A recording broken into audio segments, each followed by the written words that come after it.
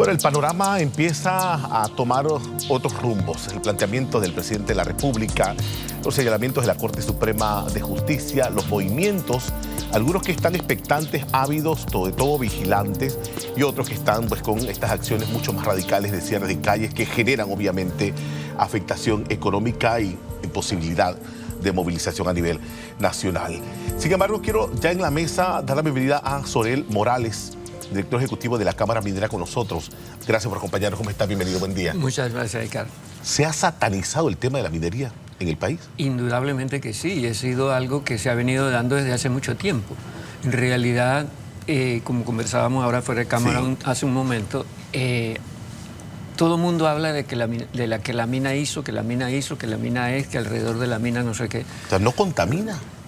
No, es una operación de primer mundo.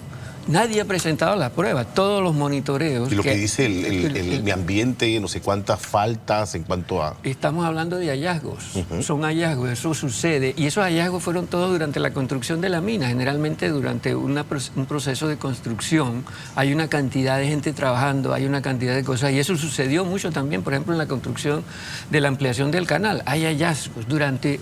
Un proceso de construcción es una cosa que sucede, pero un hallazgo no es un incumplimiento. Un hallazgo es que yo llegué y dije, oye, mira, se te derramó esta botella de aceite, por favor, aplica las medidas para que no vuelva a suceder. De eso se trata el hallazgo. O sea, entonces, hay que tener en consideración eso.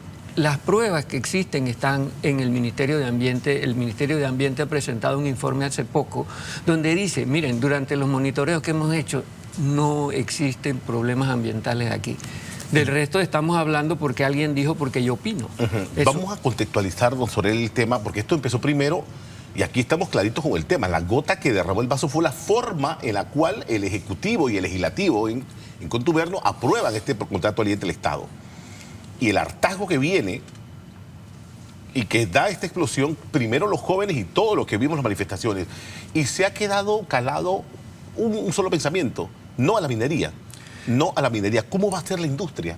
Bueno, nosotros lo que tenemos que seguir es diciendo la verdad, porque siguiendo el hilo de lo que veníamos hablando, se nos acusa de una cantidad de cosas que en realidad nadie tiene las pruebas de eso, sino que son simplemente cosas que son opiniones de algunas personas. Entonces, lo que tenemos que nosotros seguir es lo que hemos venido haciendo docencia y lo que te estoy comentando.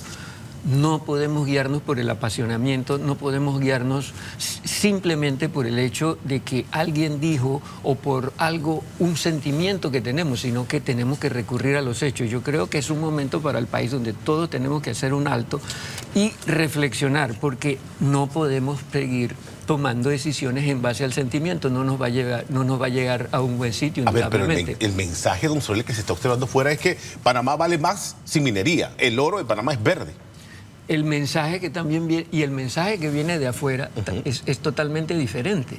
Y es en el sentido de que Panamá vale más sin minería. Las instituciones financieras internacionales desde los tiempos de que comenzó a operar la mina han calificado tanto a la mina como el canal como los dos pilares de la economía del país. De hecho, hay que considerar para eso. Una cosa importante para el país son las divisas que puede traer de afuera, es el dinero que trae de afuera. Nosotros siempre hemos sido un país importador. Por primera vez en la historia republicana nosotros estamos exportando más de 3.000, 4.000 millones de dólares. Eso es muy importante porque es dinero que entra a la economía. Entonces, por ejemplo, ese mismo dinero de las exportaciones de la mina es lo que paga los 375 millones anuales que se le paga al Estado, pero no solamente tenemos que fijarnos en eso, sino en los 1.000 millones, y este concepto es muy importante, los 1.000 millones de dólares que se compran a las empresas locales, los 100 millones de dólares que se le paga al Seguro Social y los 300 millones de dólares. Toda la liquidez que genera. Sí, no, eso es dinero que viene de las exportaciones de cobre, entra al país, y si sumamos eso estamos hablando de 1.500 millones de dólares, más o menos. Y las exportaciones de cobre son de 3.000 millones de dólares. Es decir, al país le está quedando el 50% danza de millones, eso suena bonito, pero a ver... No es danza de millones, es la realidad. Sí, es la realidad. Yo cuando escuchaba al Ejecutivo defender durante todas estas semanas el tema, es que el 3.34% del Producto Interno Bruto lo da solo esa mina. Exacto, y no es el 3, no es ya, no es el 7.000 4.5. puestos de empleo, 35.000 puestos de empleo indirectos, y voy a hacer. O sea, Panamá, o sea, sin esa operación de esa mina, Panamá no puede existir.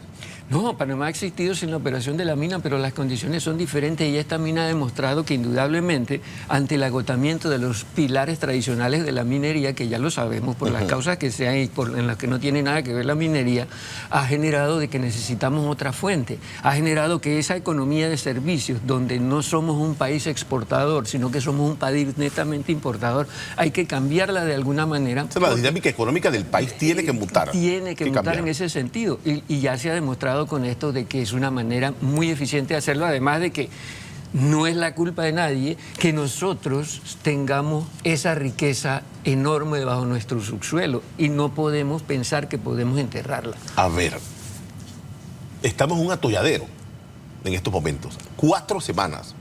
Y ahora vamos a pasar revista al tema económico, sobre todo la provincia de Chiriquí, con una serie de solicitudes de reducción de jornadas de trabajo y suspensión con todo este cierre que al final afectan. Pero todo indica que la Corte Suprema, que es donde apuntan las miradas, declaró inconstitucional el contrato de ley entre el Estado y Minera Panamá. ¿Cuál sería el paso siguiente si esto se da? Hablando de un escenario hipotético. Hipotéticamente hablando, ante esa eventualidad, el mejor escenario es que nuevamente las partes se sienten y negocien o reformen el contrato y este contrato otra vez siga el proceso. Volver a redactar otro contrato. Exacto. Si existe alguna inconstitucionalidad en el contrato, que nos falta ver que la Corte se pronuncie al respecto, indudablemente. Entonces, si nosotros, y eso lo hemos analizado nosotros, alrededor de todo esto, hemos encontrado que hay una cantidad de errores que se han cometido al respecto de declaraciones de inconstitucionalidad anteriores, al respecto de... ¿Ustedes como Cámara están conscientes de todos los trastoques que ha tenido este contrato con Minera? Sí, nosotros estamos conscientes. Del 17 se ratifica el 21, el procurador advirtió... Esto dijeron, quédate por allá hasta que terminemos de negociar, porque así fue lo que pasó, hasta que terminemos de negociar el contrato y ahora todo lo que ha surgido. O sea, lo que pasa es que, acuérdense, desde afuera no ven al Estado panameño como los tres órganos del Estado separados, sino que todas las acciones del Estado panameño son en su conjunto, es decir, el Estado panameño es uno solo. Entonces, ¿qué pasa? Nosotros no solamente tenemos que fijarnos en la pequeña grama del bosque, sino que en el bosque completo. Entonces, ¿qué es lo que pasa? Nosotros tenemos que darnos cuenta de que muchas veces hay situaciones contradictorias. Antes, voceros del Estado dijeron que el contrato era constitucional, ahora están diciendo todo lo contrario. Aunque ya no son voceros del Estado, pero ya hubo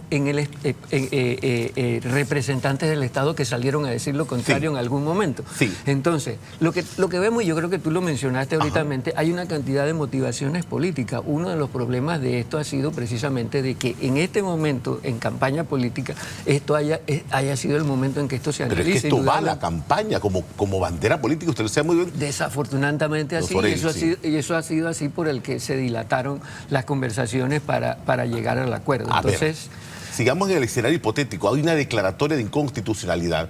¿Qué pasa con estos primeros 567 millones en concepto de regalías e impuestos que ha entregado la mina al Estado panameño? Esos han sido entregados totalmente en ilegalidad porque en este momento el contrato está vigente. Sí, en estos momentos, obvio. Sí. Pero ¿qué pasa en un futuro? Porque vamos hablando de un escenario hipotético que la Corte diga es inconstitucional ese contrato de ley. Ese dinero se pagó dentro de un contexto donde el contrato estaba vigente. Y eso no lo devuelven. Eso no lo devuelve. Las decisiones de la Corte no son retroactivas. Y eso no lo digo yo, eso lo han dicho muchos abogados. Es más, eso está en la Constitución, de que las decisiones que se toman no son retroactivas. Y eso en la normativa internacional también es muy importante porque allá rige una cosa que se llama el principio de Stoppel, que dice el gobierno, todo Estado, porque allá lo miran como Estado, no puede ir en contra de sus propias decisiones, es decir, no puede ir entre sus propias acciones. Por eso es que las normas constitucionales, incluso en estos países, no pueden ser retroactivas. Y aquí tenemos que tener en cuenta otra cosa. A nivel constitucional están los tratados de libre comercio, están los tratados de protección a la inversión, están a nivel O sea, constitucional. de seguro es que va a haber un litigio internacional, de seguro va a Puede haberlo ser, aquí. ojalá no lleguemos a eso. A ninguna de las partes le conviene indudablemente, y mucho menos al país que entremos en una cosa de eso, porque eso va a significar otra cosa en materia de inversión internacional y necesitamos las divisas en este momento. A ver, el presidente dice, procede a cancelar 7 concesiones mineras y también se va a proceder con las pendientes. Cancelar, obviamente, imagino por el tema de moratoria, que ahora es una ley. ¿Y esto es también demanda segura? Sí, eso puede ser otro escenario de que haya demandas a raíz de que empresas sientan lesionados los derechos que tenían adquiridos previamente, porque esa ley también establece que no se le pueden dar prórrogas a ninguna concesión que existe. O sea, que yo creo que son cosas que hay que estudiar. Obviamente nosotros estamos mirando eso, qué implicaciones tiene. El tema es que con esto no hay que reaccionar de manera apasionada o sentimental, sino que simplemente hay que analizar la situación. Entonces, estamos en una coyuntura como país donde necesitamos sentarnos todos, revisar con cabeza fría y ver cómo reaccionamos después de eso. A ver, ¿se pudo haber mejorado este contrato? Que fue el punto de inflexión que ha registrado todo esto, lo que ha registrado. ¿Se puede haber mejorado ese contrato entre el Todo Estado? contrato se puede mejorar, Ricardo. Se puede mejorar, o sea, no hay nada perfecto en este mundo que haga el ser humano.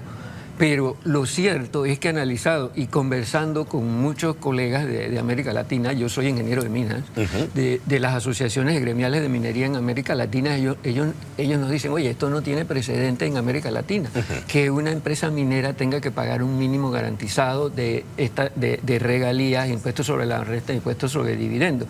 Esto se ha convertido en un precedente mundial, es único en el mundo. A ver, los sobrevuelos sobre la mina, las imágenes son aterradoras. Es un hueco, bueno, metálico a cielo abierto, lo dice. ¿Qué es más o menos nocivo o invasivo? ¿Los famosos túneles por debajo o esto pelar, tumbar y recoger? Es que lo que pasa es que también depende de cómo tú enfoques las cosas. Si yo me pongo cerquita de una multitud de 3 personas, va a parecer que son muchas, pero si yo miro desde afuera, es otra cosa. Por ejemplo, se devasta. Por ejemplo, vamos a ver, en el área de la mina deforestado, qué sé yo, 3.000 hectáreas, que es toda el área de operación. Pero si nosotros vemos desde afuera y nos vamos a Google simplemente, a la derecha de donde está la mina, que la mina está en el centro del corredor biológico mesoamericano, está toda la parte de la cuenca occidental del canal, entre la mina y el canal. Son más de 60 kilómetros que existen allí, o 70 y pico de kilómetros hasta donde está el lago Gatún. Y todo eso ha sido deforestado. Y eso se nota, hay nada más que llegar a Google. Estamos hablando de más de 400.000 hectáreas. Permítame preguntar. Entonces tenemos que dimensionar, porque es importante lo que tú dices, tenemos que dimensionar las cosas. Y esa área que está deforestada nadie la va a restaurar. En cambio, la mina tiene la obligación de hacerlo y de que las 250.000 hectáreas de bosques que hay alrededor de la mina no se disminuyan durante la operación de la mina. Ahorita se han deforestado 3.000 y pico de hectáreas o algo más hectáreas, pero ya la mina ha reforestado 4.500 hectáreas, 5.000 hectáreas. Don Sorel, permítame preguntarle, y quiero nuevamente entrar a un escenario hipotético, porque todo está dependiendo a lo que establezca la Corte. Si la Corte declara inconstitucional, hay sectores que están pidiendo el cierre progresivo de la mina. ¿Cuánto dura un cierre progresivo de una mina? Usted que es experto en el tema. Por ahí está, nosotros en las redes de la Cámara Minera estamos circulando un video de una mina que incluso es mucho más grande que la nuestra, el pit de esta mina, y que fue luego del cierre de la mina, ya el cierre de la mina fue aproximadamente en el 2012 aproximadamente, en España, y que fue en 2007 cuando se suspendieron las operaciones, y hasta el 2017 se dio el proceso de recuperación de toda el área. Hoy en día es un lago donde hay turismo, donde hay una playa. O sea, esto no es de apagar como un switch, apago la luz y listo, se acabó. No es como mandar a cerrar una zapatería o una tienda, no. Esto es algo que tiene que hacerse muy bien. Y tiene su protocolo también. Y tiene sus protocolos internacionales y lo hay para eso. Y ya hay evidencia, hay ejemplos como el que le estoy citando en España y otros países del mundo donde se ha cerrado. Pero entonces el tema es que como dice usted, no es cerrar un switch, sino que esto hay que hacerlo de manera ordenada progresiva. Y toma mucho tiempo. Y hay otra cosa muy importante, cuesta una cantidad de dinero. Bueno. Obviamente, dentro de la proyección financiera de la mina, eso está contemplado y todo eso se pagará al final con las exportaciones de cobre. Eso es lo que hay que tener en cuenta. Vamos a estar pendientes. Sorel Morales, director ejecutivo de la Cámara Minera, con nosotros. La posición de la Cámara Minera, de verdad, es importante conocerla también. Gracias por acompañarnos. Vamos a estar pendientes a ver cómo termina todo este proceso en la Corte Suprema de Justicia. Gracias. Buen día. Gracias, buen día.